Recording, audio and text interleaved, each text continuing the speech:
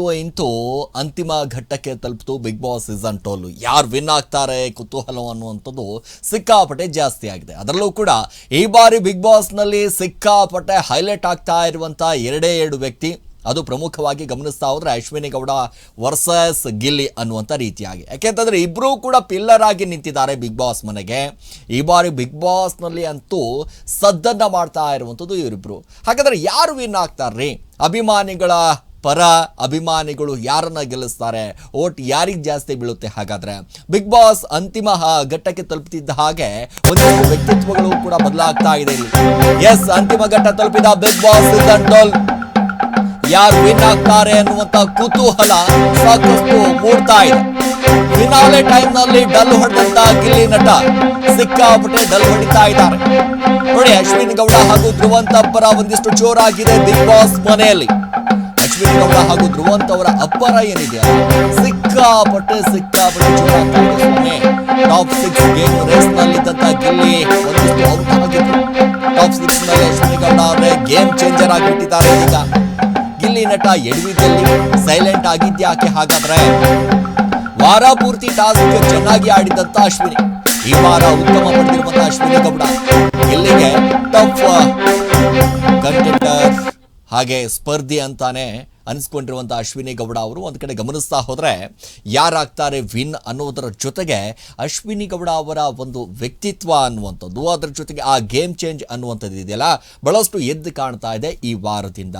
So ಈ ಅಂತಿಮ ಘಟ್ಟಕ್ಕೆ ತಲುಪ್ತಾ ಇದ್ದ ಹಾಗೆ ಅಶ್ವಿನಿ ಗೌಡ ಅವರ ಆಟ ಏನಿದೆಯಲ್ಲ ಸಂಪೂರ್ಣವಾಗಿ ಬದಲಾಗಿಬಿಟ್ಟಿದೆ. ಯಾವ ರೀತಿ ಅಂತಂದ್ರೆ ಕಪ್ಪು ಗೆಲ್ಲಲೇಬೇಕು ಅನ್ನುವಂಥ ಲೆಕ್ಕಾಚಾರದಲ್ಲಿ ನಾವೆಲ್ಲರೂ ಕೂಡ ಅನ್ಕೊಳ್ತಾ ಇದ್ದೀವಿ, ಇಲ್ಲಪ್ಪ ಗಿಲ್ಲಿ ನಟನೆ ಒಂದು ರೀತಿಯಾಗಿ ಗೆದ್ದು ಬೀಗಬಹುದು. ಅದರ ಜೊತೆಗೆ ಅಂತಂದರೆ ಸ್ವಯಂ ಘೋಷಿತ ವಿನ್ನರ್ ಅನ್ನುವಂಥ ಲೆಕ್ಕಾಚಾರದಲ್ಲೂ ಕೂಡ ಗಿಲ್ಲಿಯನ್ನು ನಾವೆಲ್ಲರೂ ಕೂಡ ಊಹೆ ಮಾಡಿದ್ವಿ. ಅಭಿಮಾನಿಗಳು ಕೂಡ ಅಷ್ಟರ ಮಟ್ಟಿಗೆ ಊಹೆಯನ್ನು ಮಾಡುವಂಥ ಕೆಲಸ ಆಗ್ತಾ ಇತ್ತು.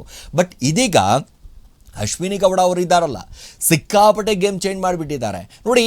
ಈಗ ಗಮನಿಸ್ತಾ ಹೋದರೆ ಇಡೀ ವಾರ ಅಂತಂದಾಗ ಯಾವ ರೀತಿ ಟಾಸ್ಕ್ಗಳನ್ನು ಕೊಟ್ಟಂಥ ಸಂದರ್ಭದಲ್ಲಿ ಬಿಗ್ ಬಾಸ್ ಮನೆಯಲ್ಲಿ ಗೆದ್ದು ಬೀಗಿದ್ದಾರೆ. ಅದರ ಜೊತೆಗೆ ಗಿಲ್ಲಿ ನಟನಿಗಿಂತ ಅದ್ಭುತವಾಗಿ ಆಟ ಆಡುವ ಮೂಲಕ ನಾನೂ ಕೂಡ ಇಲ್ಲಿ ಗೇಮನ್ನು ಆಡೋದಕ್ಕೆ ಬಂದಿದ್ದೀನಿ, ನಾನೂ ಕೂಡ ಕಪ್ಪನ್ನು ಗೆಲ್ಲೋದಕ್ಕೆ ಬಂದಿದ್ದೀನಿ ಅನ್ನುವಂಥ ಲೆಕ್ಕಾಚಾರದಲ್ಲಿ ಅಶ್ವಿನಿ ಗೌಡ ಅವರು ತಮ್ಮ ಗೇಮನ್ನು ಸಂಪೂರ್ಣವಾಗಿ ಚೇಂಜ್ ಮಾಡಿಬಿಟ್ಟಿದ್ದಾರೆ ನೋಡಿ. ಟಾಪ್ 6 ಗೇಮ್ ರೇಸ್ನಲ್ಲಿ ಇದ್ದಂಥ ಗಿಲ್ಲಿ ನಟ ಒಂದು ಕಡೆ ಔಟ್ ಆಗ್ತಾ ಇದ್ದ ಹಾಗೆ ಸಾಕಷ್ಟು ಅಭಿಮಾನಿಗಳಲ್ಲೂ ಕೂಡ ಒಂದಿಷ್ಟು ಬೇಸರ ಮೂಡ್ತಾ ಇದೆ. ಏನಪ್ಪ, ನಾವು ಗಿಲ್ಲಿ ನಟನನ್ನು ನಂಬ್ಕೊಂಡ್ಬಿಟ್ಟಿದ್ವಿ, ಅವರು ಕೂಡ ಟಿಕೆಟು ಫಿನಾಲೆಯನ್ನು ತೆಗೆದುಕೊಳ್ತಾರೆ ಅಂತ ನಾವು ಕೂಡ ಊಹೆ ಮಾಡಿದ್ವಿ, ಆದರೆ ಎಲ್ಲಿ ನಮ್ಮ ಗಿಲ್ಲಿ ನಟ ಎಡುತ್ತಾ ಇದ್ದಾನೆ ಅನ್ನೋದರ ಜೊತೆಗೆ.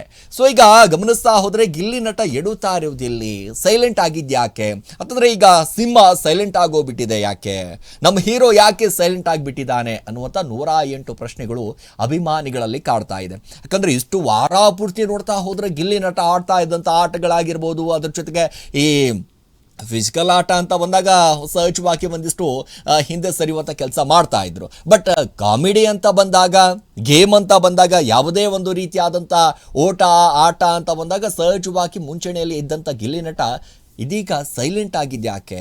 ಸಿಂಹ ಸೈಲೆಂಟ್ ಆಗಿಬಿಡ್ತಾ ಹಾಗಾದರೆ? ಸೊ ಅಂತಿಮ ಘಟ್ಟ ತಲುಪ್ತಿದ್ದ ಹಾಗೆ ಇಲ್ಲ ಎನರ್ಜಿ ಒಂದು ಕಡೆ ಗಿಲ್ಲಿ ನಟಂದು ಸಂಪೂರ್ಣವಾಗಿ ಕಮ್ಮಿ ಆಗೋಗ್ಬಿಡ್ತಾ?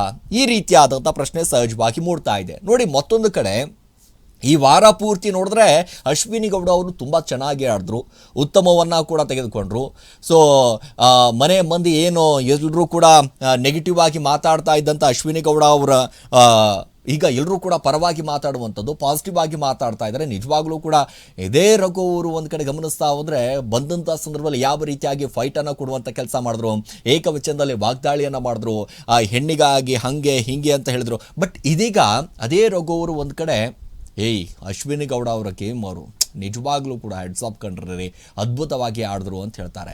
ಈಗ ಗಿಲ್ಲಿಗೆ ಟಫ್ ಕಂಟೆಂಟರ್ ಅಂತ ಅನಿಸ್ತಾ ಇದ್ದಂಥ ಅಶ್ವಿನಿ ಗೌಡ ಅವರು ಒಂದು ಕಡೆ ಫಿನಾಲೆ ಬರ್ತಿದ್ದ ಹಾಗೆ ಸಿಕ್ಕಾಪಟ್ಟೆ ಚೇಂಜ್ ಆಗ್ತಾ ಇದ್ದಾರೆ.